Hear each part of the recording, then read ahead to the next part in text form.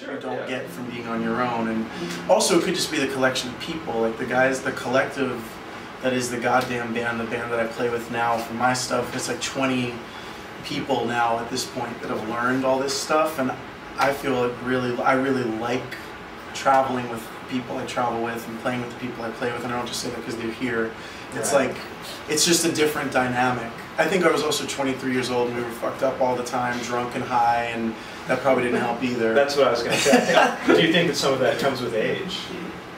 For me, it comes with age, and it comes with not being fucked up all the time too. But yeah, age, and you're 23. I mean, I thought I was a lot smarter than I was when I was 23. And now I think the total opposite. So, but I mean, and I think everyone in the band, there was just very like strong ideas about, I mean, crazy shit with that band. It's like, we didn't like want to take photos for a record because it's cheesy to be in photos, and it's like, and then like you're going, okay, he must be right. They feel so strongly about it. Photos are stupid, you know. Like you're writing off an entire. And I'm not. Some of the dudes were real strong personalities, and my flow is that I was like a people pleaser who would try to like just make everybody happy, and in the process not make anyone or myself happy, nor make anything good come out of the creative side of it. And I learned a lot from that too. I wasn't like sheepish victim. I was doing my own version of trying to manipulate the situation too. So a lot of that's from being young, and a lot of it's just from being stupid, you know? Could be. Yeah. Those could be some. I think they're probably friends with each other, yeah. I mean, obviously playing with the goddamn band and doing your records, they're very fleshed out, there's full band. When you first started doing this, was there any sort of, when you were doing more acoustic stuff, were you conscious of a sort of symbolic stripping away to get down to the essence of the music in any way? Well, I think that it's cool that you noticed that about the records, because this record, we just put a record out called Brothers Blood, and it's some of it's a lot louder and dynamic, and the band is playing live for the first time on a record, which it's always been. Oh, that was recorded live? Most of it was. I mean, I would overdub vocals, and we did some things here and there, but the basic tracks for the bulk of it were done live. Like everybody in a room? Yeah. And I think that sound, and also the band there's several different members, and it's a more muscular sounding, more versatile thing.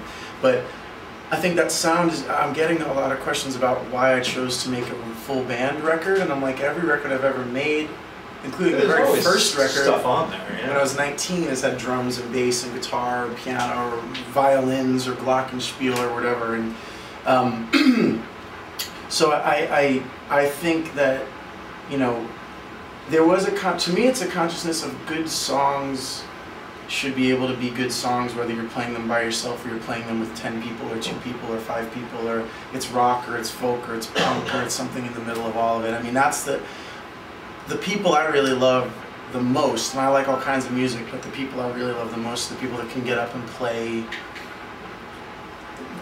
You can do the song in any format and it still works. Some people have a preference. I'll show up to a show with a band and a kid will say, oh, I thought you'd be alone. And I'll show up alone and a kid will go, why don't you have the band? You know, you can't really please everyone. It seems like a turnaround from the days when maybe when you first picked up the guitar, and people were like, I don't want to see a solo guy, you know, I want to see a loud ass band. Right. And I mean, I think that there's been some changes with that stuff too, with people like, for this generation, it's, I guess, like people that are my age and younger, probably, if you are into punk rock or louder music or hardcore even, or whatever, emo, you got exposed to, like, whether it was Chris Carrabba or whether it was Conor Oberst, and whether you're a fan of those people or not, so relevant, they just became so big. It was part of the background of musical education, as it were. And they came out of that world. Yeah.